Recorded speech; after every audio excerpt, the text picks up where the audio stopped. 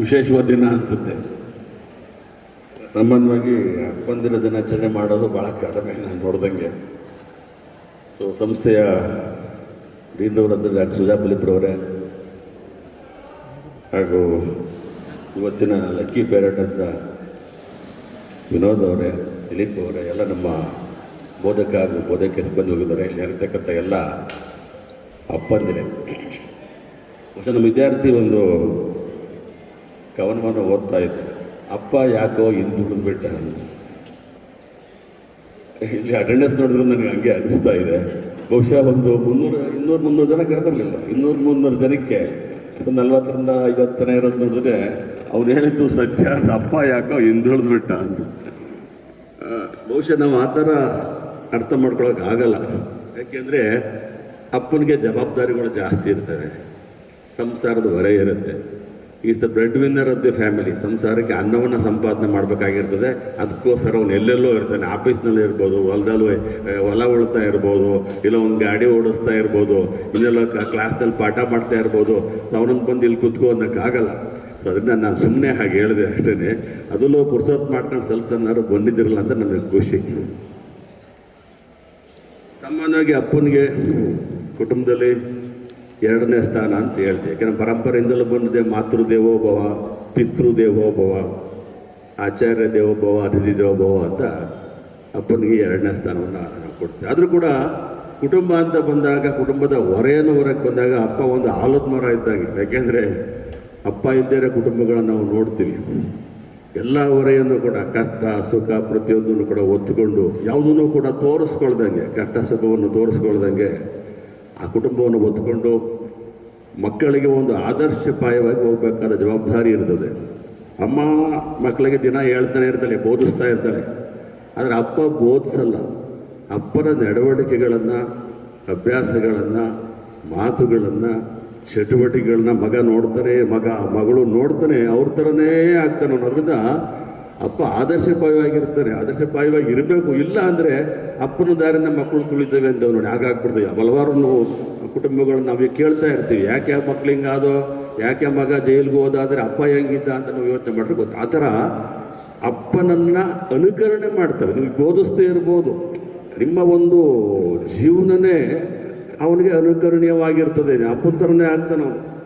ನಾನು ನಮ್ಮ ತಂದೆಯನ್ನು ಈ ಸಂದರ್ಭದಲ್ಲಿ ಸ್ಮರಿಸೋದಾದರೆ, ನಾನು 30 ವರ್ಷ ವಯಸ್ಸಿದ್ದಾಗ ನಮ್ಮ ತಂದೆ ಹಸುನಾಗಿದ್ದರು. ಆದರೆ ಆ 31 ವರ್ಷ ನಾನೇನು ಅವ್ರು ನೋಡಿದ್ದೆ, ಅವ್ರ ನಡೆ ನುಡಿ ಆಚಾರ ವಿಚಾರಗಳು ಅವರೆಲ್ಲವನ್ನೂ ಕೂಡ ನಾನು ಅದನ್ನು ಮೈಗೂಡಿಸ್ಕೊಂಡ್ಬಿಟ್ಟೆ. ಅಂದರೆ ಅವರು ಎಲ್ಲೋ ಒಂದು ಕಡೆ ಎಷ್ಟೇ ಕಷ್ಟ ಇದ್ದರು, ಬಡತನದಲ್ಲಿ ಹುಟ್ಟಿದ್ರು ಕೂಡ, ಬಡವರಾಗೇ ಇದ್ದರೂ ಕೂಡ ಯಾವತ್ತೂ ಬಡತನವನ್ನು ಅವರು ತೋರಿಸೋ ಮುಖದಲ್ಲಿ ನಮಗೆ ಕಾಣ್ತಾನೆ ಇರಲಿಲ್ಲ. ಯಾವತ್ತೂ ಕೂಡ ಅವರು ಬಹಳ ಒಂದು ಗಟ್ಟಿ ಮನಸ್ಸು, ಗಟ್ಟಿ ನುಡಿಗಳು, ಗಟ್ಟಿ ನಡಿಗೆ.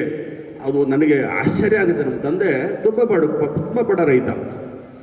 ಇಲ್ಲಿ ಒಂದು ಸಣ್ಣ ಬರ್ತಾ ಸಣ್ಣ ಕಾಂಟ್ರಾಕ್ಟ್ ಮಾಡ್ತಾಯಿದ್ರು ಅಷ್ಟೇ. ಆಮೇಲೆ ಬಟ್ ಅವರು ಯಾವತ್ತೂ ಕೂಡ ನಮಗೆ ನಮ್ಮ ಅಪ್ಪ ಬಡವರು ಅಂತ ಅನ್ನಿಸ್ಲೇ ಇಲ್ಲ. ಯಾಕೆಂದರೆ ಅವ್ರ ಮಾತುಗಳು ಹಂಗಿರ್ತಿದ್ದೋ, ಅವ್ರ ನಡೆ ನುಡಿಗಳು ಹಂಗಿರ್ತಿದ್ದು, ಎಲ್ಲವೂ ಕೂಡ ನನಗೆ ಅನುಕರಣೀಯ. ಅದು ನಾನು ಹೈಸ್ಕೂಲ್ಗೆ ಹೋದಾಗಲೇ ಅವ್ರು ಅನ್ನೋರು. ಹೈಸ್ಕೂಲ್ಗೆ ಹೋದಲ್ಲಿ ನನ್ನ ತಿಂದಾಗಿ ಇಟ್ಟಿರಲಿಲ್ಲ. ಅವಾಗಲೇ ನನ್ನ ಮಗ ಡಾಕ್ಟ್ರ್ ಆಗ್ತಾನೆ ಅಂತ ಅವ್ರು ಹಂಗೆ ಹೇಳಿ ನಾನು ಬಹುಶಃ ನಾನು PUC ತುಂಬ ಮಾರ್ಕ್ಸ್ ಸ್ಕೋರ್ ಮಾಡ್ಬಿಟ್ಟು ನನಗೆ ಮೆಡಿಕಲ್ ಸೀಟ್ ಸಿಕ್ತು. ಮೆಡಿಕಲ್ ಸೀಟ್ ಸಿಕ್ಕಿದ್ಮೇಲೆ ನನಗೆ ಕಾನ್ಫಿಡೆನ್ಸ್ ಇರಲಿಲ್ಲ. ಮೆಡಿಕಲ್ ಓದಬೇಕಾದ್ರೂ ಈಗ ಫ್ರೀ ಸೀಟು ಗೌರ್ಮೆಂಟ್ ಸೀಟ್ ಸಿಕ್ಕಿದ್ರೂ ಕೂಡ ಅದಕ್ಕೂ ಸ್ವಲ್ಪ ಖರ್ಚು ಬೇಕಾಗ್ತವೆ. ಹಾಸ್ಟ್ಲು ಅವು ಇವು ಪುಸ್ತಕ ಹೊರೆ ಓಡಾಡೋದು. ಒಂದು ಬಳ್ಳಾರಿ ಮೆಡಿಕಲ್ ಕಾಲೇಜಲ್ಲಿ ದೂರ. ಆದರೆ ನಮ್ಮ ಅಪ್ಪ ಮಾತ್ರ ಅಂದ್ಕೊಳ್ಳಿಲ್ಲ. ಅವ್ರು ಬ್ಯಾಗ್ನ ಹಾಕ್ಕೊಂಡು ಬಸ್ಗಳು ಕರ್ಕೊಂಡು ನಾನು ಬಳ್ಳಾರಿ ಕರ್ಕೊಂಡು ಹೋಗೇ ಬಿಟ್ರು, ಬಾಸ್ ಏರಿಸ್ಬರ್ತೀನಿ ಅಂತ. ಅಂದರೆ ಒಂದೊಂದು ಕೂಡ ನನಗೆ ಜ್ಞಾಪಕ ಆಯಿತು. ಬಹುಶಃ ನಮ್ಮಪ್ಪನ ಒಂದು ಆದರ್ಶಪ್ರಾಯ ಜೀವನ ಇಲ್ಲದೆ ಇದ್ದರೆ, ನಮ್ಮಪ್ಪನ ನಡೆ ನುಡಿಗಳು, ಅವರ ಧೈರ್ಯ ಸಾಹಸ ಯಾವ ಸಂದರ್ಭದಲ್ಲಿ ಹಿಂದೆ ಇದ್ದರೆ ಬಹುಶಃ ನಾನಿವತ್ತು ಈ ಸ್ಥಾನಕ್ಕೆ ಬರೋಕ್ಕಾಗ್ತದೆ. ಯಾಕೆಂದರೆ ನಮ್ಮಪ್ಪ ಓದಿದ್ದೆ 4ನೇ ಕ್ಲಾಸ್.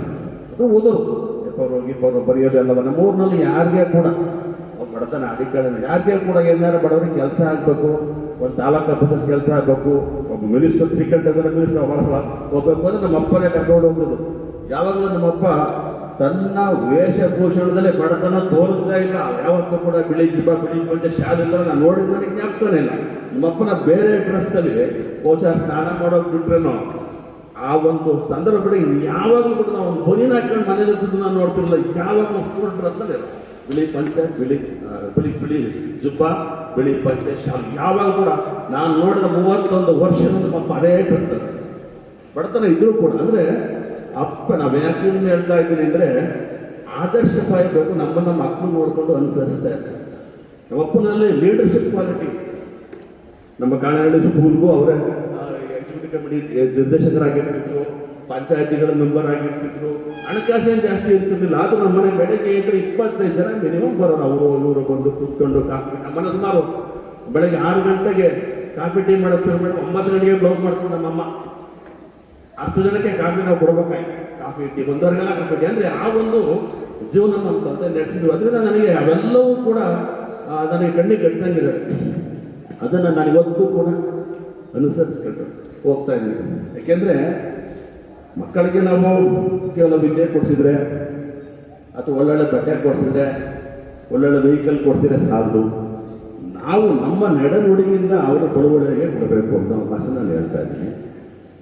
ಒಂದು ಇಂಗ್ಲೀಷ್ನ ಒಂದು ಬುಕ್ ಇದೆ, ರಾಬರ್ಟ್ ಕ್ಯಾಲ್ಸ್ಬಿ ಅಂತ ಬರೆದವರು, ರಿಚ್ ಡ್ಯಾಡ್ ಪೂರ್ ಡ್ಯಾಡ್. ತುಂಬ ಅದು ಸೇಲ್ ಆಯಿತು ಬುಕ್. ಅದು ಬುಕ್ ಬರೋದು ಅವನ ಶ್ರೀಮಂತ ಆಗ್ಬಿಟ್ಟ. ರಿಚ್ ಡ್ಯಾಡ್ ಪೂರ್ ಡ್ಯಾಡ್ ಅಂತ ಅಂದರೆ ಬಡ ತಂದೆ ಶ್ರೀಮಂತ ತಂದೆ. ಅಂದರೆ ಶ್ರೀಮಂತ ತಂದೆ ತನ್ನ ಏನು ಪ್ರಾಪರ್ಟಿ ಆಸ್ತಿ ಇರೋದು ಅದನ್ನು ಹೋಗ್ಬೋದು ಮಗನಿಗೆ. ಆದರೆ ಬಡ ತಂದೆ ತನ್ನ ಶ್ರೀಮಂತ ಗುಣ. ಒಂದ್ಸಲ ನಾನು ನನ್ನ ಮಗಳು ನಿಕ್ಕಿದ್ದ ಡಾಕ್ಟರ್ ರೇಡಿಯಾಲಜಿಸ್ಟ್ ಆಗಿದ್ದಾರೆ 2 ವರ್ಷ. ಫಸ್ಟ್ ಟೈಮು ಶ್ರವಣ ಒಳಗೆ ಕರ್ಕೊಂಡೋಗಿದ್ದು. ಬೆಟ್ಟ ತೋರಿಸ್ಬೇಕು ಅವಳಿಗೆ, ಬಾಹುಬಲಿ ವಿಗ್ರಹ ಇಷ್ಟು ಹತ್ರ ಇದೀವಲ್ಲ ಅಂತ. ಒಂದು 10-20 ಮೆಟ್ಲು ಹತ್ತಿದ್ದು. ಆಮೇಲೆ ನಾನೇ ಎತ್ಕೊಂಡು ಹೋದೆ. ಅದು ಮಾಮೂಲಿ ಹಬ್ಬದಲ್ಲಿ ಯಾವಾಗಲೂ ಹೊತ್ಕೊಂಡೆ ಪ್ರಪಂಚನ ಅಪ್ಪ ಯಾವಾಗ ಹೆಗಲ ಮೇಲೆ ಹೊತ್ತವನು ಹೇಳ್ದೆ, ಪ್ರಪಂಚನೆಲ್ಲ ಹೆಗಲ ಮೇಲೆ ಹೊತ್ಕೊಂಡು ತೋರಿಸ್ತಾನೆ ನಮ್ಮ ಅಪ್ಪ. ಹೌದಾ, ಯಾವಾಗ ಕಾಮನ್ ಮಕ್ಳು. ನಾನು ಎತ್ಕೊಂಡು ಹತ್ತಿದೆ. ಎತ್ಕೊಂಡು ಹೋಯ್ತಾ ಅವಳು ಮಲಗಿದ್ಲು.